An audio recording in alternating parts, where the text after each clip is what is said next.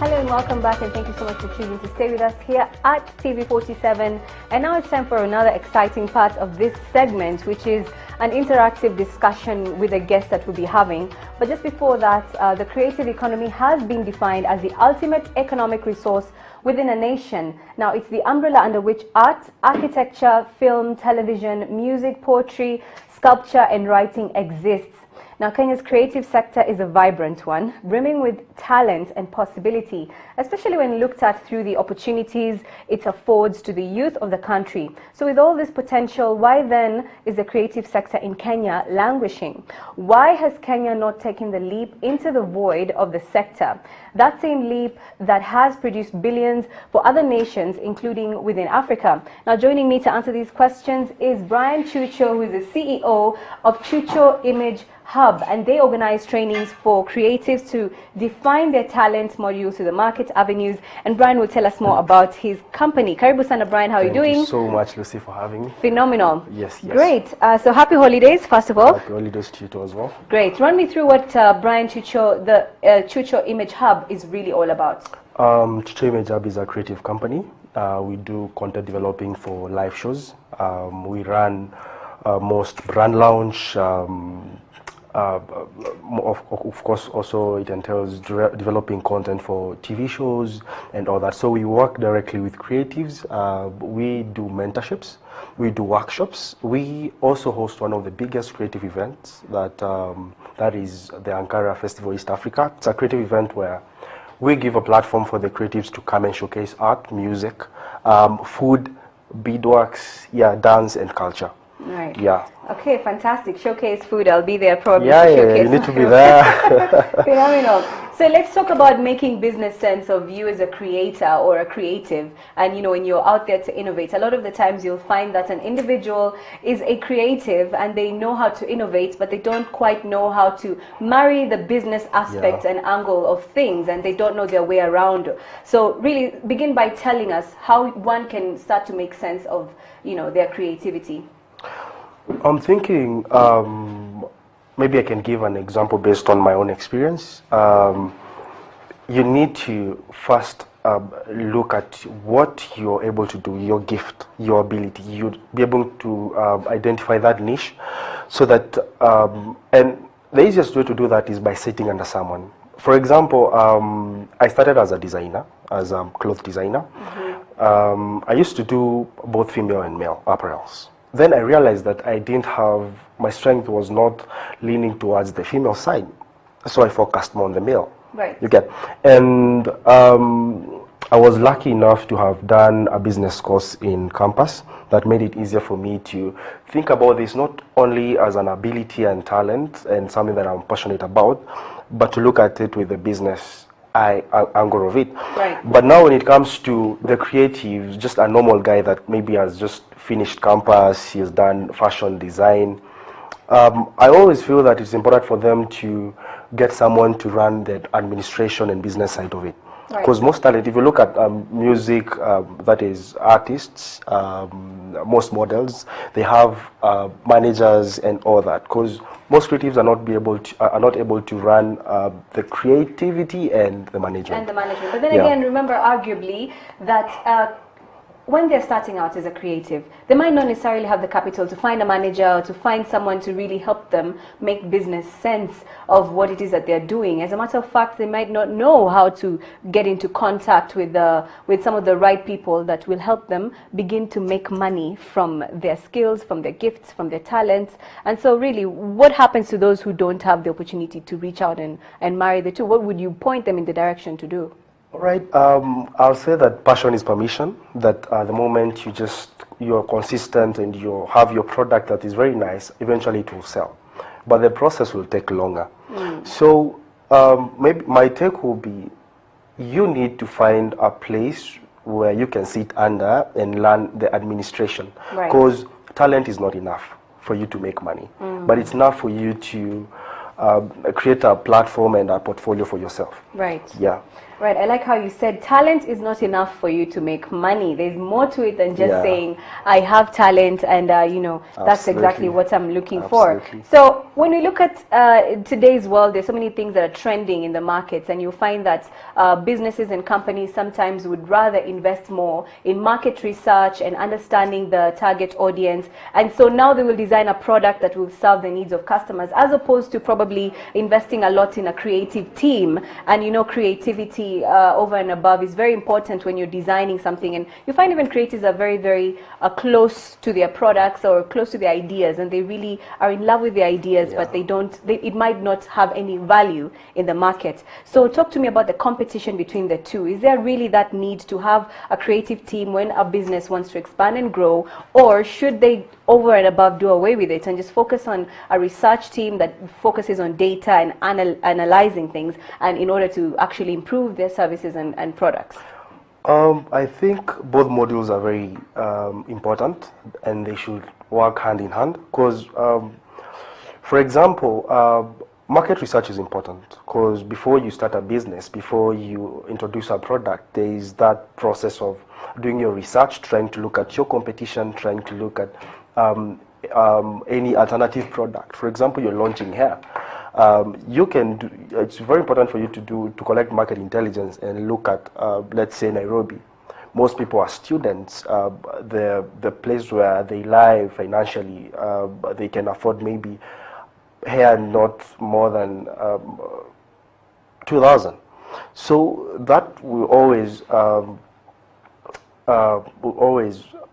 guide you, act as a guideline for you to develop that product. But now where creativity comes in is to repackage your product in a way that that student will feel comfortable to maybe buy a product that is worth 5,000 because of something that they can relate with. That was and so then how does one begin and continue to remain relevant in the market and begin to be very competitive, because they were trying to survive in this market and in this time where so many other things are competing against that creative idea that they have, or them as a creative. Perhaps they're in the music space, or perhaps they're for example, a musician, and you know, they're competing with so many other factors, other people who are also creatives. How then do they begin to be more competitive and remain relevant in the market? I think you need to learn your audience so that you can be consistent in the right channel. Because most people, you find that an artist, the music that they're selling to a certain group of people cannot really give them mileage in the market. So what I think is we need to have these guys mentored in a way that before you work or before you take, you stay for a very long time in the market, right, you've already identified a niche that you can run with and be consistent with. Right. Yeah. And it's very interesting that part of the things that you actually do is train and teach on how to go about it. But a lot of the times you find that many of the efforts do not materialize into money. And so, you know, other than just continuing to learn and to learn the administrative angle, what else can young people do? I mean, just the other day, CS Magoha actually said, and actually more than 100,000 students have just completed and graduated and received their results from high school, right? And all of these, some of them want to get into that creative industry and sector and even tap into their creativity when they're pursuing other lines of career and career paths. So how does one begin to now materialize and be paid for their efforts? You'll find that other artists who've done very good work, the work is not meeting the needs of, you know, everyday living. So I'm thinking, actually I'm very happy because of a new development that has been happening in our system, the curriculum-based, the computer-based curriculum, because you're able to nurture and help these gifts on a very early stage, you know. Right. And having a lot of young people, we have the latest generation that we are calling millennials. Most people are creatives. Most people want to venture into the music scene, into design, into arts, you know. Right. So I'm thinking what we should do is develop policies and good structure for the creatives, being able to, because right now we are pushing something that we are calling the National Creative Bill. And what's that about? We want to collect data of all the creatives and make sure that we have policies that contribute more on their interests.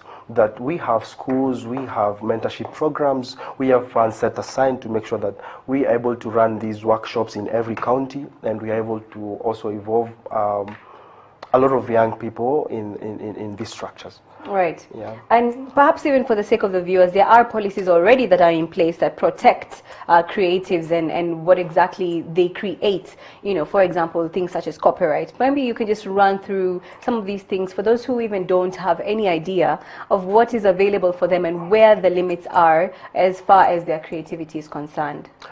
There's something that we call the IP law. It's kind of an intellectual property aspect of law, where, because most creatives, what we protect is our creativity, which is more of the intellectual aspect. Right. So being able to, when you're developing your product, it's important to have it secured, get a good IP lawyer or someone that is exposed more on it to advise on either to go the corporate side or the patenting side, which are a bit different. Yeah. So policies are there and bills are there to protect them. Right. Yeah.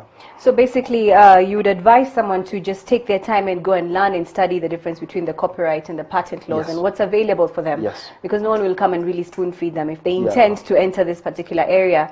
Why do you think the creative economy and sector in Kenya, the creative sector at large, is not doing so well or is performing very poorly in Kenya in comparison to other economies globally? I can say that the government has really contributed to making sure that the industry is stagnant, because if you look at how they're setting aside resources, maybe towards farming, towards housing, towards health, which is important, I think they should take it seriously that this generation is more creative oriented.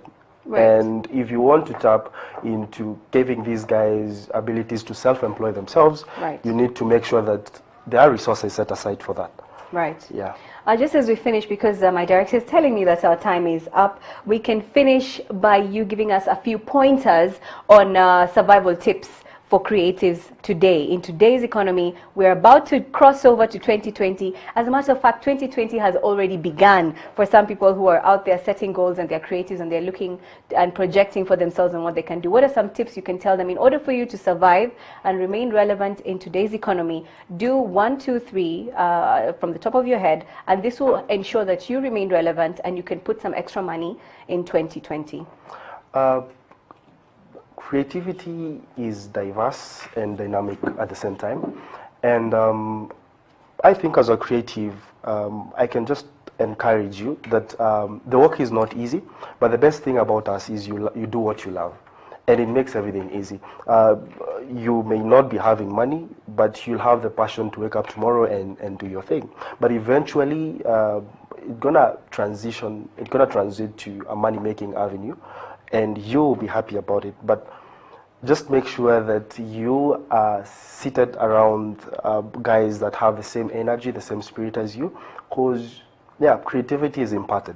Right. Yeah. All right. Thank you so much, Brian Chucho. That was absolutely fantastic. Just a few takeaway points that we've been able to hear is be around the right energy and find someone to sit under who is going to be able to point you in the right direction and actually help your efforts multiply and actually become better. Another very important thing that he mentioned is that talent is not enough and there's more to it than just having talent. Now, Salome Muiruri is about to join us here at TV47 at 4 o'clock for Shina Laupeo with the 4 o'clock news. I've been your host, Lucy Riley, and that's been the day's counter. Until tomorrow, goodbye.